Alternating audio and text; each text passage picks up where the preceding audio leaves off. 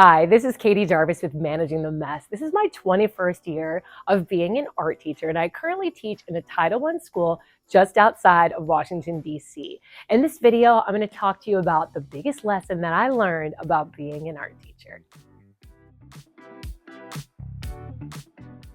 I'm going to start off by sharing some stories primarily from my first few years of teaching when I was still trying to figure things out and figure out this big idea of what is the most important part to be an art teacher.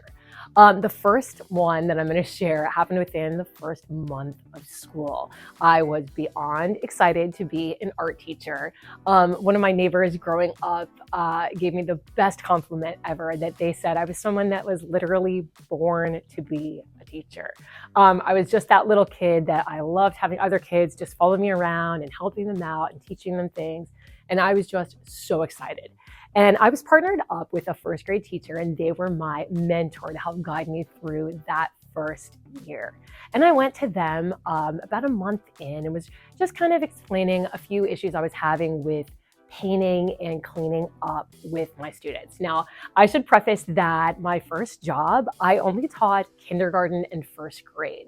I taught, a bazillion kindergarten classes because I had morning and afternoon. And then I taught maybe 5 first grade classes, and that was my full-time job. So everything I was doing was concentrated on these little kids, and I was beyond excited.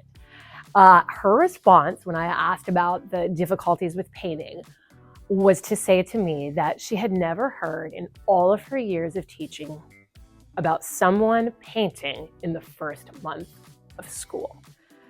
And this really knocked me down because it made me feel like I didn't know what I was doing, and all that excitement I was thinking was really misguided, that I was making the wrong choices about what was happening in my classroom.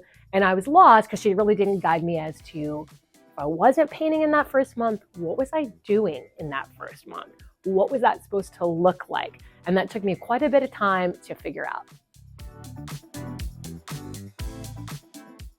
The next thing that happened to me in my very first year of teaching is that I was given things to do with all of my extra planning time. So every single day I had lunch duty. And this, if anyone has ever been in a lunchroom, knows it's probably the worst duty you could have in a school. Had that every single day in the middle of my day, just completely bust out your eardrums, constantly opening up ketchup, smelling weird smells. Just, it is not a good time. And I was asked to do a response to intervention. So I was asked to work with small groups of students on math or reading, and given projects from the classroom teachers. So this really upset me because I felt like what I was doing wasn't valued. I was coming in early, I was staying in late. I worked in a rural district in Ohio at the time, and we had a key to the building, and you just let yourself in and out. I would come in every single weekend and work for just hours and hours. So I was really offended that they thought I had all this extra time, and they were giving me other things that they thought were more important to do at that time.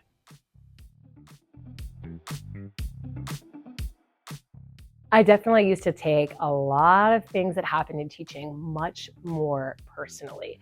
One example is I'd really established myself as an art teacher, and maybe it was in my 7th or 8th year of teaching. And I was known for doing these fantastic, over-the-top, awesome, amazing themed art shows. And it is something that I would start talking about with my students from the first day of school. And I would have hundreds of people come to these art shows. I mean, it was anybody who was anybody came to school on this art show night. And it came about that we got a new principal one year. And as we were getting ready for us to open up the doors for this art show event, and I was so excited for her to kind of become part of this tradition with us, she announced that she really couldn't stay that night, that she had already made plans. Yeah, this did not go over well with me.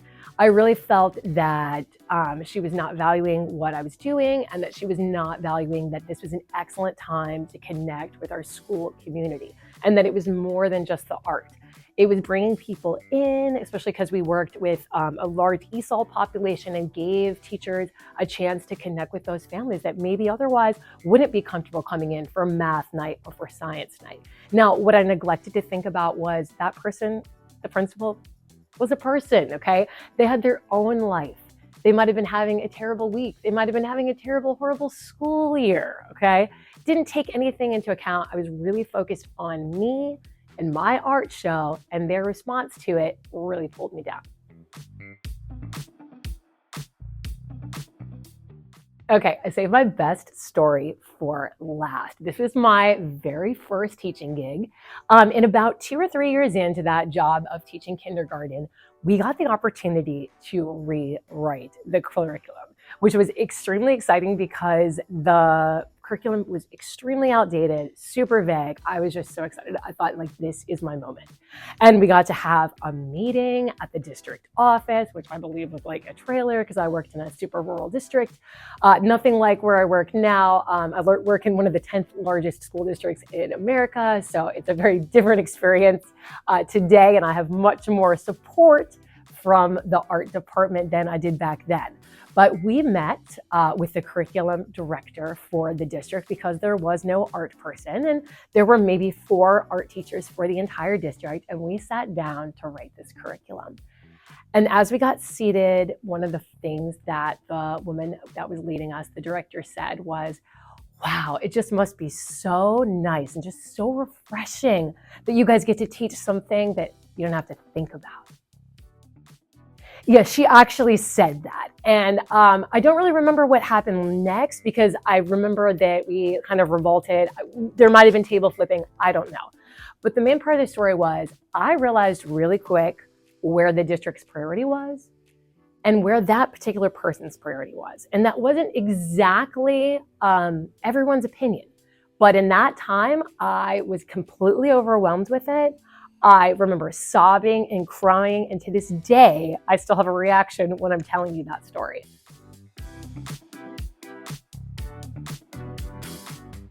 I could go on and on about stories over the years of feeling unvalued, unappreciated, even just stories of me not really understanding how schools run and taking things extremely personally. But I'm going to cut to the chase with you. What is that biggest lesson that I learned? One of the biggest lessons I learned was that all that matters is that what I do is important to kids, okay? It doesn't matter that first grade teacher thinks I'm an idiot for painting in the first month of school, okay? Doesn't matter. It was important to those kids. They had a wonderful time. They loved that I was there. It didn't matter that my principal didn't appreciate what I was doing with the art show. Guess what? All of the families were there. All of the students were proud of themselves, okay? I was important to those kids. Didn't matter that curriculum director doesn't know their head from their, it doesn't matter. What matters to me is that what I do is important to kids. And I try to keep that as my focus because over time, you're going to be asked to do some crazy things. People are going to say some ridiculous things to you. They're going to think that you're just planning time. It's all going to come at you, okay? And you can have all the feelings. You can cry it out, vent to your friends. But you've got to come back to the fact that what is important is those kids. I hope this video was helpful for you. Feel free to leave a comment down below with some challenges and things that you've learned as a teacher over the years. And I hope to see you in my next video.